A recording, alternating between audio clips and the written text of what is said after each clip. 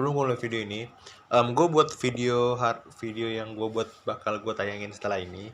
Itu tuh tadi malam, enggak sih pas tadi malam lah pokoknya tadi malam, dan gue buat sebelum statement Coki keluar gitu loh. Jadi ternyata ada statement Coki yang kedua gitu loh, ada statement selanjutnya lagi, tapi gue bakal bakal ngasih tahu dan bakal ngasih let up statement apa yang keluarin Coki gitu loh.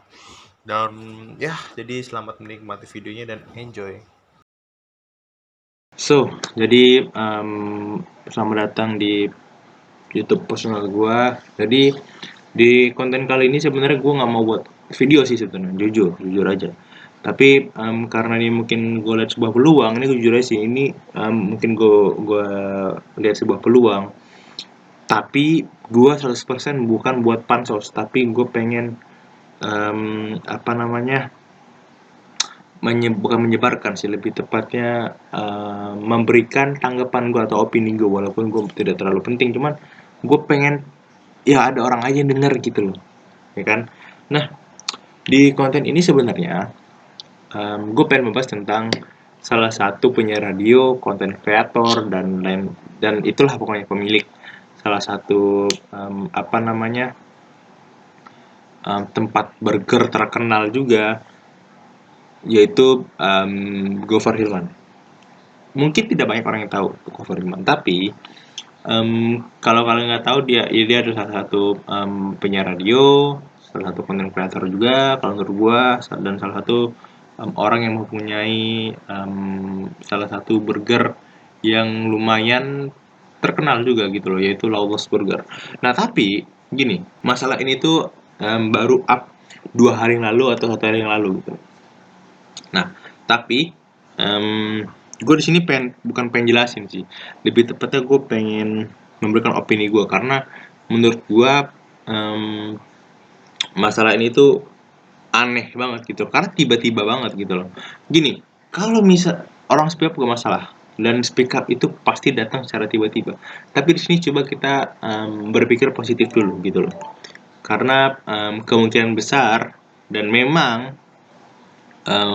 di salah satu tweet korban tersebut menyatakan bahwa mungkin pada saat itu Gofar Hilman sedang dalam kondisi mabuk atau tidak sadar. Kita juga sudah tahu Gofar Hilman adalah seseorang yang apa yang bisa dibilang kecenderungan seksnya itu tinggi gitu loh. Tapi di sini adalah konteksnya pelecehan. Ceritanya gini, di tweet itu si korban itu datang satu event, entah event di mana, cuman pokoknya event di 2018, gue juga lupa nama daerahnya di mana. Event di 2018, dan itu pasti kejadiannya sudah hampir 2 atau 3 tahun yang lalu gitu loh. Nah, gue yakin para saksi pun udah lupa dengan hal itu, karena sudah 2 atau 3 tahun yang lalu gitu loh. Mungkin bisa nyari saksi, cuman sulit untuk ditemukan gitu loh. Nah, di pada saat itu si korban ini datang ke depan ke Gofar Hilman itu karena kebutuhan instastory. Ini harus digaris bawah gitu loh, instastory gitu loh. Karena di sini memang bukan 100% kesalahan dia gitu loh. Dan di sini bisa ada 2 konteks kenapa dia bisa datang ke event tersebut. Yang pertama, dia datang karena ada Gofar, yang kedua tidak datang karena tidak ada Gofar. Kita coba case yang pertama, yaitu dia datang karena Gofar. Kemungkinan yang pertama adalah dia datang karena Gofar karena dia sudah pernah menonton Gofar, sudah tahu Gofar, sudah nonton Gofar, atau setidaknya dia sudah melihat postingan-postingan Instagram di Instagramnya Gofar, ya kan? Setidaknya dia udah pernah melihat sosoknya Gofar, gitu. Setidaknya, mau itu papasan atau gimana, setidaknya dia pernah lihat. Yang kedua, dia datang bukan karena Gofarnya. Kita coba ambil yang kedua. Dia datang tidak karena Gofar. Karena di sini dia juga sebenarnya kata-kata dia itu bisa double meaning semua gitu loh. Maksudnya dia bilang waktu itu di saat dia maju ke depan karena kebutuhan instastory, habis itu dia pinta foto, dia dirangkul, habis itu langsung dirangkul. Nah, di saat itu dia bilang, oh gue kira Gofar humble. Itu menyatakan bahwa dia sudah pernah, atau enggak menyatakan sih, itu bisa 2 meaning gitu loh. dia ngomong kayak gitu karena dia baru pertama kali, jadi dia ngira kayak, wih humble banget nih orang nih, ya kan. Bisa jadi, tapi bisa juga dia kayak, wah ternyata sama kayak di konten nih, humble nih orang nih, ya kan. Bisa dua kayak gitu, karena di sini kita nggak tahu jelas gitu loh. Gue udah baca semua tweetnya dari atas sampai bawah. Tadi kalau misalnya dia datang karena bukan Gofar, harusnya nih sebagai manusia itu kan punya punya refleks-refleks yang apa namanya, yang keluar secara tiba-tiba, ya kan. Maksudnya keluar secara spontan uhuy aja gitu loh. Contohnya kita lihat seseorang tatoan, rambutnya ditinggiin gitu di gini. Kita pasti bilang itu bad boy dong, ya kan? Sama halnya dengan Gofar. Kalau misalnya orang yang tidak kenal Gofar, pasti bilang dia bad boy gitu loh. Coba kita berpikir positif dulu. Si apa namanya, si korbannya itu bilang si Gofar ini mungkin dalam keadaan kondisi mabuk, jadi dia tidak sadar gitu loh. Di sini sudah jelas, jika seseorang dalam kondisi mabuk, banyak tipikalnya. Ada yang rebel, yang wah semua orang diajakin berantem. Ada yang chill, ada juga yang melakukan seks gitu loh, melakukan hal-hal gituan lah pokoknya. Ada, ada. Dan mungkin Gofar adalah satu orang yang kalau mabok ya having sex gitu loh. Ngerti kan? Ya kan? Nah, di sini netizen ya pastinya dukung si korban sih. Tapi di sini, kalau misalnya kita mau lihat dari sisi positifnya itu, si Gofar tidak sadar dia melakukan hal itu. Dia juga lupa, entah gimana gue lupa, tapi intinya dia mengkonfirmasi bahwa dia tidak pernah melakukan hal itu. Tapi kalau gue saranin, lebih baik Gofar dan si korban itu bertemu secara langsung, tapi si korban itu harus punya saksi entah pendamping, pokoknya ada satu orang menemani, karena takut terjadi hal itu lagi. Itu kalau misalnya ditempuh jalur hukum, kemungkinan menang walaupun si korban ini benar, yang diceritakan semua benar, true story, kemungkinan besar dia menang tetap Gofar, karena dia tidak punya cukup bukti. Gitu. Kalau misalnya si Gofar pun memang benar-benar menang dan dia benar-benar tidak melakukan hal itu, ini bisa jadi strategi marketing. Ini yang pengen gue bilang sebenarnya. Kenapa gue bisa sebut strategi marketing? Karena jika kalian pernah nonton atau ya setidaknya sekelibet gitu lah, nonton video Gofar yang entah yang mana, cuman dia bilang dia pengen membuka cabang Lawless di beberapa tempat gitu. Dan di saat statement tweet itu keluar, entah berapa lama Gofar didepak dari manajemen Lawless, yang sebenarnya belum tentu, itu belum ada titik terangnya sama sekali. Sampai sekarang belum ada titik terang sama sekali itu masalah. Nah, tapi kenapa gue bisa bilang itu adalah strategi marketing? Karena begini, jika seseorang kena masalah atau public figure kena masalah yang soal beginian, pasti angka rich people-nya itu meningkat banget gitu loh, bisa meningkat 1000% bahkan. Nah, disitulah mungkin memang dirancang sedemikian rupa, bla bla bla bla. Mungkin itu bisa jadi trik marketing. Tapi jika bukan trik marketing, ini yang jadi masalah. Yang pertama, jika korban benar-benar pengen masalahnya selesai dan dia benar-benar mengikuti proses hukum, itu menurut gua bad choice. Karena dia tidak punya cukup bukti. Dia cuma punya satu foto dan satu video yang dia sebar ke Twitter. Mungkin nggak tahu, mungkin di HP-nya ada banyak. Cuman ini kasus 2018 gitu. kasus yang baru 1 bulan aja belum tentu, misalnya dia 1 bulan gini, dia misalnya ikut event nih, baru 1 bulan yang lalu dia digituin sama Gofar misalnya kan, dia speak up langsung, belum tentu dia menang, tetap aja bisa Gofar yang menang gitu, karena dia tidak punya cukup bukti pada saat itu, dan dia tidak punya cukup bukti untuk membuktikan proof apakah kejadian benar atau tidak.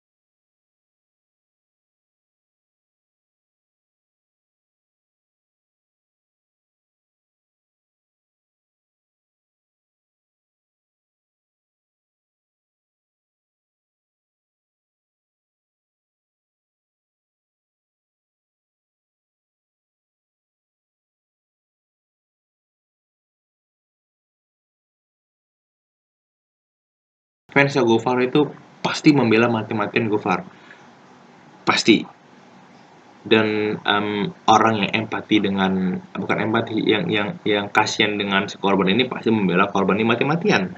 Gue di sini nggak bela siapa-siapa, gue mencoba senetral mungkin gitu loh.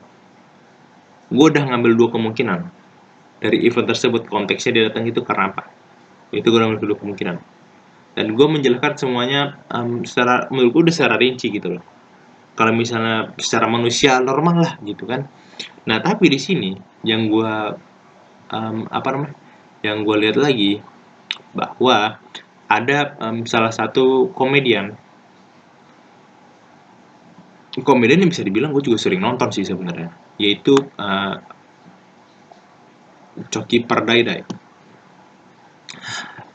Kalau yang nggak tahu Coki, mungkin opini itu terasa goblok. Gue yakin opini kayak, apaan sih opini kayak gini nih, opini apa nih, opini goblok gitu. Tapi kalau menurut gue, sekali lagi, dia dia tidak benar-benar salah. Kalau kalian tahu Coki dan nonton Coki, pasti buat apa marah dengan statementnya dia gitu loh. Karena mau kalian debat pun, mau kalian marah pun, tidak terjadi apa-apa, tidak akan terjadi apa-apa. Dia tidak akan menghapus, nggak tahu ya, dia tidak mungkin mengganti tweetnya karena sudah ke post, ya kan. Di sini ini isi tweetnya kayak gini, tapi suka apa enggak, biasanya public figure yang kena kasus pelecehan seperti ini atau skandal seks itu rata-rata bakatnya luar biasa loh, atau pencapaian gokil. Harvey Weinstein, Bill Cosby, Bill Clinton, Tiger Woods, Arnold, anjing susah namanya, pokoknya banyak lah. Di sini dia udah bilang, suka atau enggak, public figure yang kena kasus pelecehan seksual itu bakatnya luar biasa. Yang dia bilang di sini adalah bakatnya dan pencapaiannya, bukan kasusnya. Itu, itu. Dia tidak bilang ini dia pro ke korban atau kasusnya, atau dia setuju pelecehan seksual atau tidak. Tidak bilang kayak gitu. Dia bilang rata-rata bakatnya luar biasa dan pencapaiannya gokil. Itu yang pertama. Itu yang kedua, ada lagi, bentar. Yang kedua, gue tetap terima kasih dan kagum sama Harvey Weinstein. Walau doi secara moral busuk banget, suka lecehin orang di Hollywood, tapi fakta dia juga produsen film-film bagus yang gue nikmati nggak berubah, menilai seimbang aja, ya lebay, hahaha. Dibales nih, opini bego mending disimpan sendiri aja cok, kasian kalau koran pelecehan ada yang baca. BTW lu bego banget sih jadi orang, ya Allah, sekarang orang udah nggak boleh beropini ya, gak kenal aja pakai bego. Oke, ini dia kayak balas-balasan gitu. Nah di sini sih dia sekali lagi tidak menyatakan bahwa dia setuju pelecehan seksual. Dia sekali lagi bilang gini, dia tidak ada bilang setuju atau tidak setuju. Di sini dia bilangnya gini, kagum sama Harvey Weinstein dan dia kagum sama karyanya. Dia sama sekali nggak bilang apa-apa loh. Maksudnya dia nggak bilang apa namanya, si A salah, si B salah, enggak. Dia berbicara tentang karyanya, karya yang udah dia buat, film-film yang bagus. Apakah itu sebuah opini yang goblok? Tidak, karena di sini dia tidak menyangkut siapa-siapa. Di sini memang kalau misalnya kita kita lihat apa namanya, sebagai manusia awam gitu loh. Misalnya gue tiba-tiba lihat nih, gue bilang ini goblok, bisa bilang kayak gitu. Tapi baca berkali-kali dulu, baca berkali-kali biar kalian tahu. Oh, apa nih yang dibilang sama Coki? Apa nih yang dimaksud sama dia nih? Karena gini, walaupun statement dia tiba-tiba bilang gua setuju pelecehan seksual dan bla bla bla bla, kita harus jelas balik dulu. Coki itu seperti apa? Zero moral, jelas. Tidak ada empati. Hatinya tertutup, jelas. Dan dia juga sudah bilang beberapa kali di hampir seluruh kontennya dia bahwa iya dia nggak ada rasa empati aja gitu loh, gitu. Jadi apa yang kalian harapkan dari seorang Coki gitu, gitu aja sih maksudnya. Apa yang kalian harapkan gitu, apa sih, apa gitu. Tapi kalaupun ini kasusnya benar dan nyata adanya, gue pasti sekali lagi stand kepada korban, karena gue adalah salah satu orang yang tidak setuju pelecehan seksual, kecuali si cowok dan ceweknya sama-sama mau itu hukum pelecehan seksual, itu adalah deal gitu loh, sebuah deal gitu loh, sebuah kesepakatan, jadi sah-sah aja gitu. Jadi intinya kalau menurut gue di sini, em, kalau misalnya kasus ini menemui titik terang dan ada yang benar, misalnya ada yang sudah tahu siapa yang benar siapa yang salah, tetap harus dipertemukan kedua belah pihak. Tetap, kalau misalnya tidak ada strategi marketing dan lain-lain ya, tapi tetap harus ditemui kedua belah pihak. Karena kenapa? Karena um, setidaknya untuk memperbaiki hubungan lah, setidaknya kayak gitu. Dan setidaknya dia meminta maaf secara personal gitu. Kalau menurut gue kayak gitu. Dan untuk masalah Coki ini, nggak tahu ya, Coki itu nggak kalau masuk Twitter tuh emang sebuah kesalahan aja gitu loh. Mau dia nggak main Twitter kan waktu itu tentang ini, tentang yang anak Afrika dia posting di Instagram, dioper ke Twitter lagi gitu, kayak aduh. Memang orang Twitter tuh emang suka cari masalah, tapi kalau kita lihat dan kita berkaca lagi, kita melihat lagi, kita baca lagi soal tweet dari Coki ini, tidak ada yang salah. Kalau menurut gue tidak ada satupun yang salah, karena dia tidak sama sekali, dia tidak ini loh, tidak bilang dia pro sama pelecehan seksual dan lain-lain. Walaupun bang, tapi kan di bawahnya kan ada tulisan jangan lebay, hahaha. Jangan lebay, jangan lebay aja kalau menurut gue pribadi, jangan lebay aja gitu. Karena ini belum belum belum tahu siapa yang benar siapa yang salah, ya jangan terlalu lebay lah gitu loh. Kalau misalnya ini terbukti salah si Governya, ya udah baru boleh gitu. Kalau menurut gue pribadi, kalau dari tweet ini gitu loh, jangan lebay ya Marian. Ya jangan lebay dulu, ini tuh belum selesai gitu, kasus ini belum belum belum ada titik terangnya gitu loh. Karena mau debat juga tidak menyelesaikan masalah gitu loh, yang ada makin ramai Twitter itu gitu loh. Nah pokoknya segitu aja video gue dari ini, bangsat emang, tapi entah kenapa gue nggak kepikiran aja gitu, karena apa ya, kalau misalnya gue pengen berkaca, misalnya gue jadi pendukung cover, gue juga bisa banget gue menghina-hina si korban, bla bla, bisa gue. Dan gue juga bisa menjadi pendukung korban, gue hina-hina cover bisa, tapi gue mencoba ngambil jalan tengah aja gitu. Bukan gue sok-sok open minded, sok-sok ini, tapi menurut gue nggak tahu ya, ini mungkin gue bakal berapa kali me- mengkomentari kasus-kasus kayak gini. Mungkin ini nggak mungkin, nggak, gue yakin gue nggak mungkin cuma sekali ini doang, tapi emang nggak semua masalah gue komenin, karena mungkin hanya untuk orang-orang tertentu yang gue komenin, dan orang-orang itu juga yang sering gue lihat, yang sering gue tonton, contohnya Gofar, Coki, Tretan gitu kan. Misalnya ada tentang Sule misalnya gitu, mungkin kalau bisa gue komentarin gitu, cuman kalau enggak ya tidak gitu. Karena nggak mungkin juga tiba-tiba ada Ata, ya kan, Ata trending di Twitter gue bahas, tapi gue nggak tahu, gue nggak pernah nonton Ata gitu kan. Itu opini gue mungkin tidak bakal terdengar masuk akal gitu. Nah, jadi segitu aja video dari gue hari ini. Thanks for watching. Jangan lupa like, comment, share, dan subscribe. Um, Ya, pokoknya sampai jumpa di mungkin video-video opini gue selanjutnya deh. Oke, bye. Jadi ternyata apa yang gue bilang di video kali ini tuh nggak semuanya benar sih, tapi setidaknya yang tweet tentang Coki itu ternyata pikiran gue tuh ya hampir sama lah dengan tweet yang apa dibilang Coki, yang gue bilang di video sama tweetnya Coki yang baru keluar itu sama gitu loh. Jadi yang baru keluar setelah video ini di syuting gitu kan, bener dan ternyata sama gitu loh. Jadi ya pokoknya thank you yang udah nonton, dan jangan lupa like, comment, dan subscribe. Thank you.